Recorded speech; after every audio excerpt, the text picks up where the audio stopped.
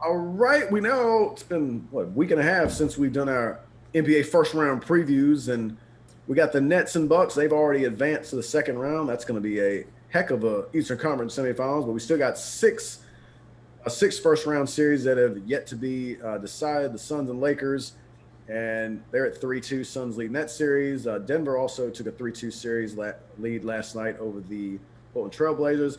We got the Wizards and Hawks have built 3-1 leads in their respective series, as have the Jazz over the Grizzlies. And we got the Clippers and Mavs tied at 2-all with no home wins in that series so far. All right, Drink, whatever you want to talk about, floor is yours. Yeah, so I guess I'll start with the Nets and Celtics. Here's the deal, folks. Hey, this series went just the way we thought it was going to go. The Celtics didn't have enough.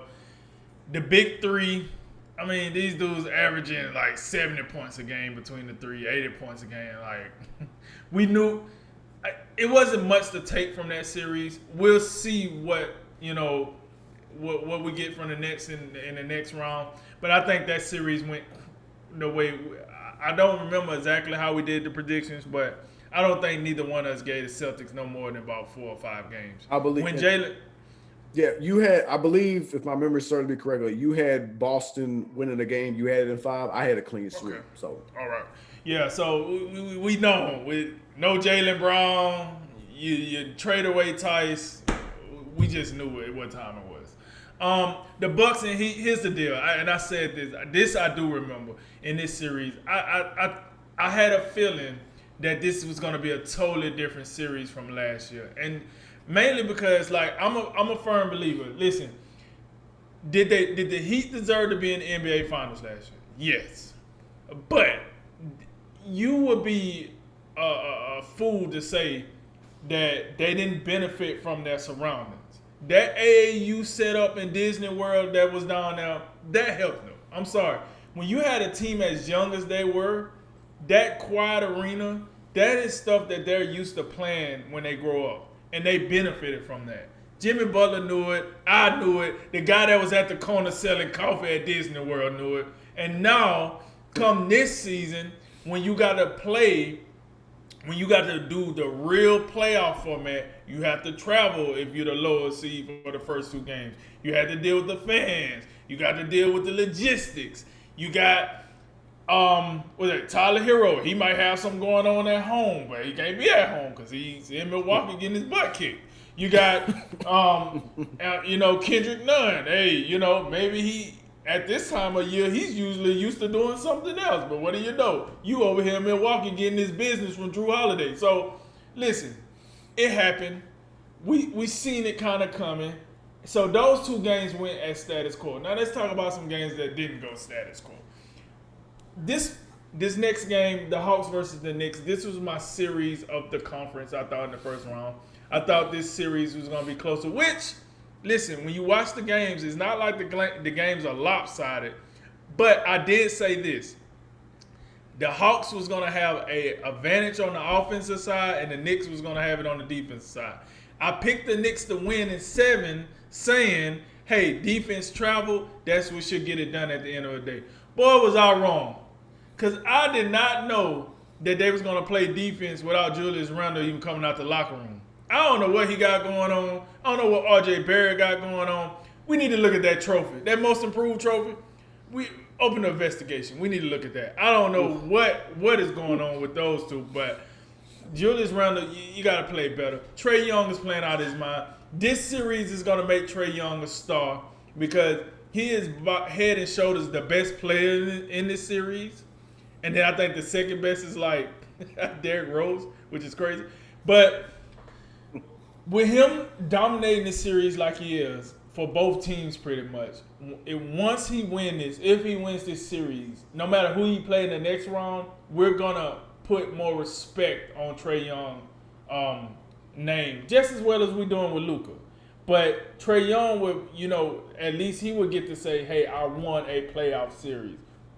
I know it's the East, but it's still a playoff series win for a very young team. So I like, shouts out to him and Nate McMillan. That's how you take somebody's job, the way he did it. Now, this next game, the Wizards and 76ers, I thought this was going to be a sweep. I can't believe that they pulled that Hacker Simmons crap and it worked. I was like, all right, cool.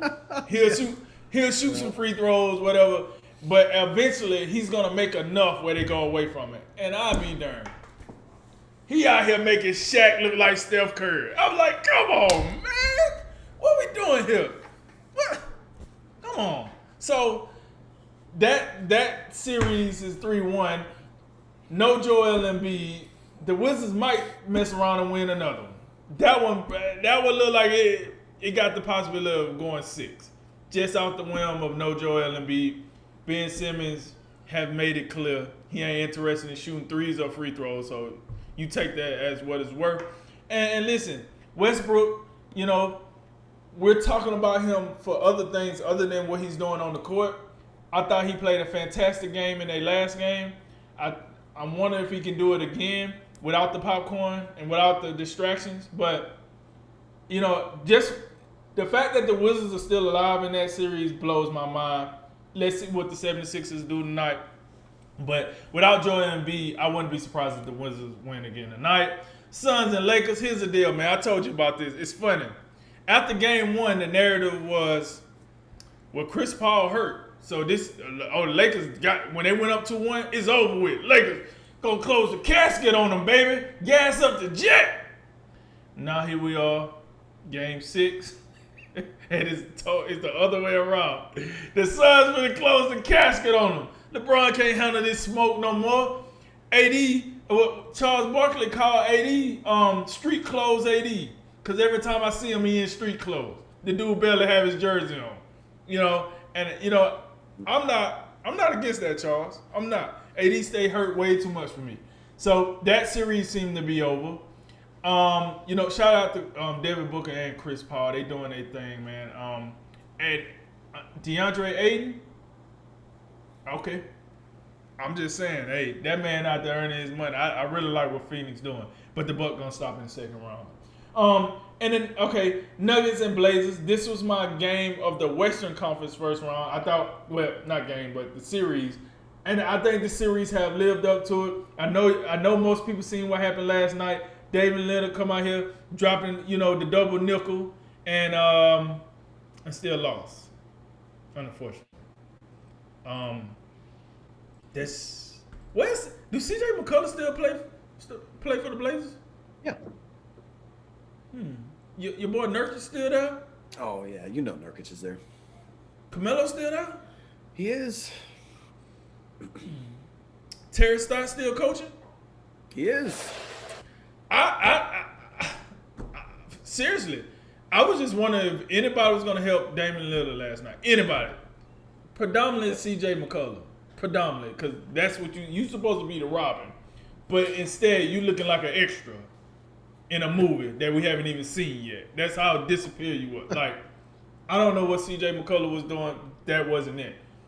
And I think the series is over because I just Damian Lillard came out here and gave you his blood, sweat, and tears, and no one else even came out the locker room. I don't know how to feel about that. I think this over. Nuggets gonna win that and keep it rolling. Jazz and Grizzlies. Listen, Grizzlies. Ja Morant. Thanks for coming. I want to thank you for being a young team in the West that keeps fighting, that don't look like the same team over and over, New Orleans Pelicans. But this is probably it.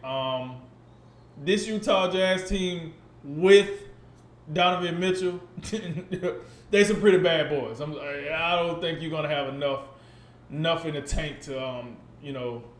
I think the series is over. I think Jazz win. I think tonight they play. Yeah. I think they win tonight. They gonna get the Grizzlies out of here. Until one of the most compelling series in the West, the Clippers and Mavericks. I'm gonna be honest. Listen, this thing might go 7, man. I think this could got a possibility of going 7. Because if Luka get a game where he gets Porzingis or Hardaway or one of those guys to come with him, I think they're gonna win that game.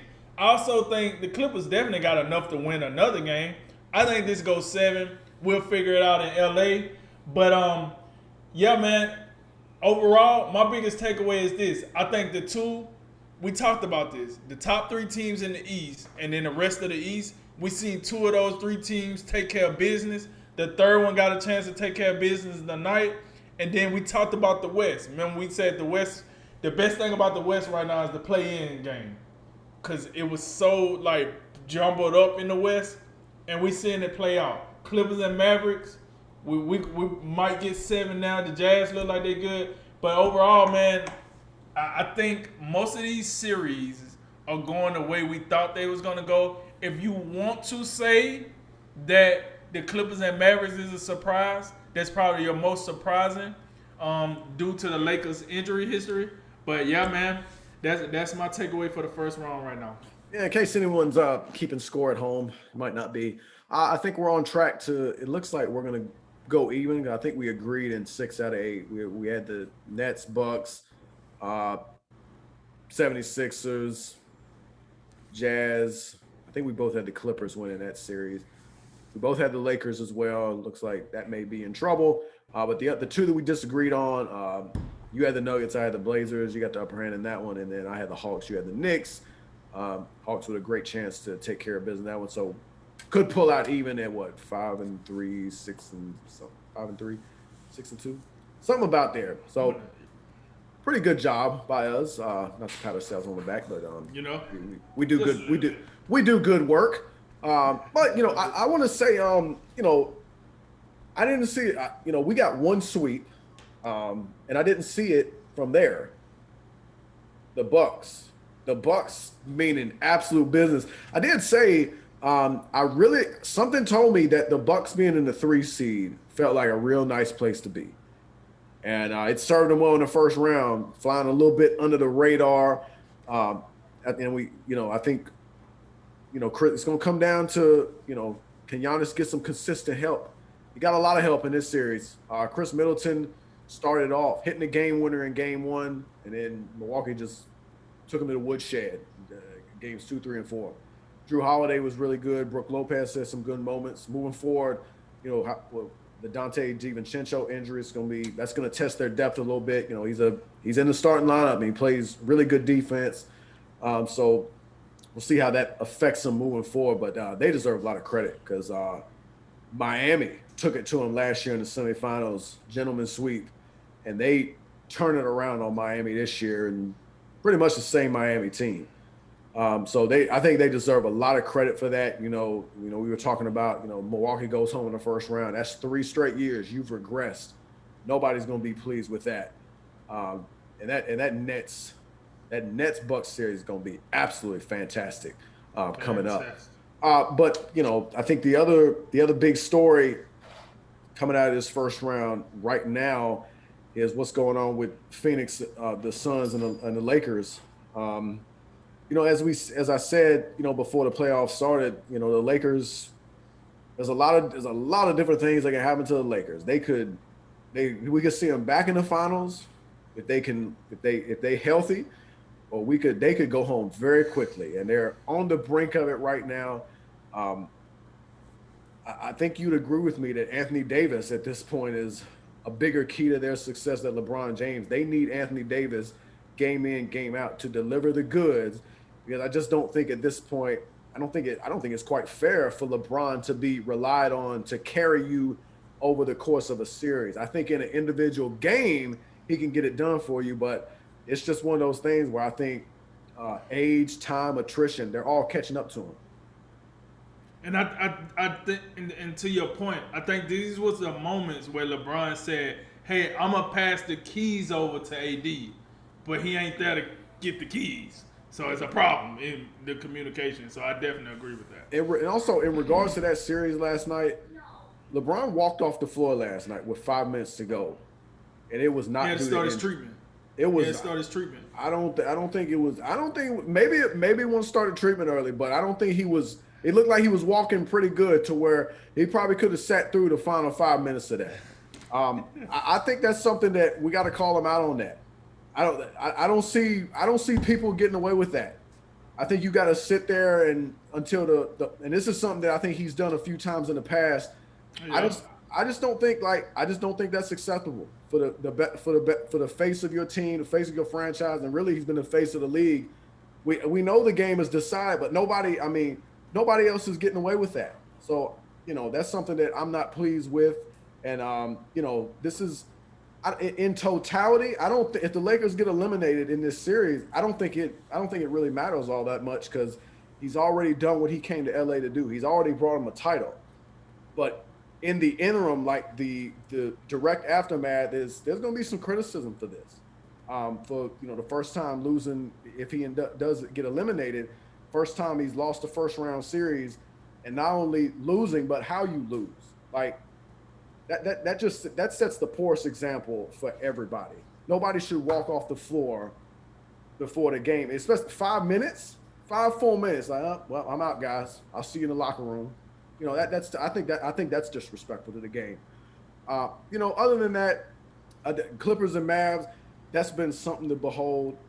No home team winning the game. You don't see that very often, to where a series is tied at 2 after 4 games, and the home team can't figure out how to win a game. So it'll be interesting. Does that continue, and does Dallas keep it up, or can the Clippers win their 3rd in a row in the series and get the big upper hand? That's been a great one, and I am glad to see that the Clippers have bounced back, because they looked dead in the water after the first 2 games. And then Portland and Denver, Damian Lillard put on a fantastic show last night. Came up a little short, but I gotta give Denver. I think you got to give Denver some credit in this series for how they persevered without Jamal Murray. I thought that was a huge loss, and I picked Portland partly because of that. But this guy Campazzo and Austin Rivers, Monte Morris, they held it down, that backcourt. And this front court that they have going with Jokic and Gordon and Michael Porter, that's something to behold. And then you can bring Paul Millsap and JaMychal Green. That might be the best 5-man front court that you could throw in today's league. That might be the best that you have. But yeah, Damian Lillard, he's got to get a little bit more help than he's getting, and they got to turn it up a little bit on the defensive end. Embiid being out tonight, that's gonna give the Wizards a chance. But yeah, you're 100% right. The more we go along this season, the more we know. Like Joel, we have these Embiid Simmons arguments to where if they can't play together, like which one do you get rid of? I don't think there's any question. You can close the book on that. Not that anyone's like considering doing it, but Joel Embiid's an MVP caliber guy, and Ben Simmons is a really good all-star level caliber player.